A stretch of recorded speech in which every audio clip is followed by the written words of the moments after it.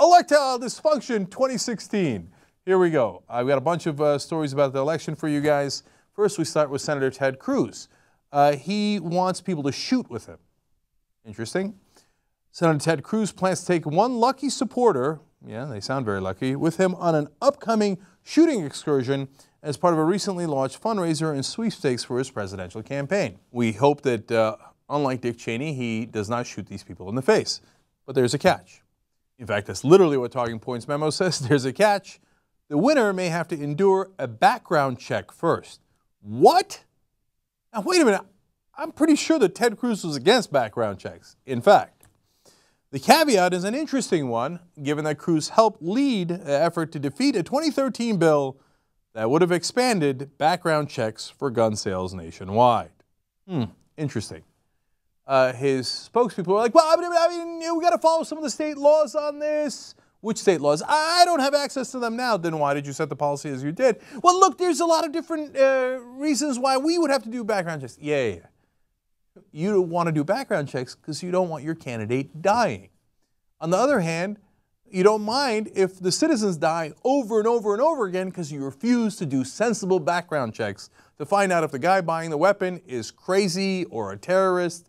And literally, the NRA argues that you should not check to see if someone is on a terrorist watch list before giving them a weapon.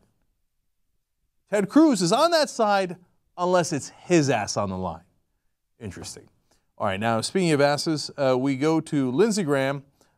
He says that he is in favor of Caitlyn Jenner, and he says, look, I'm supportive. I'm for a big open tent. I want her to come and join the party. On the other hand, he says he's, quote, a pro-life, traditional marriage kind of guy. So wait a minute, which one is it?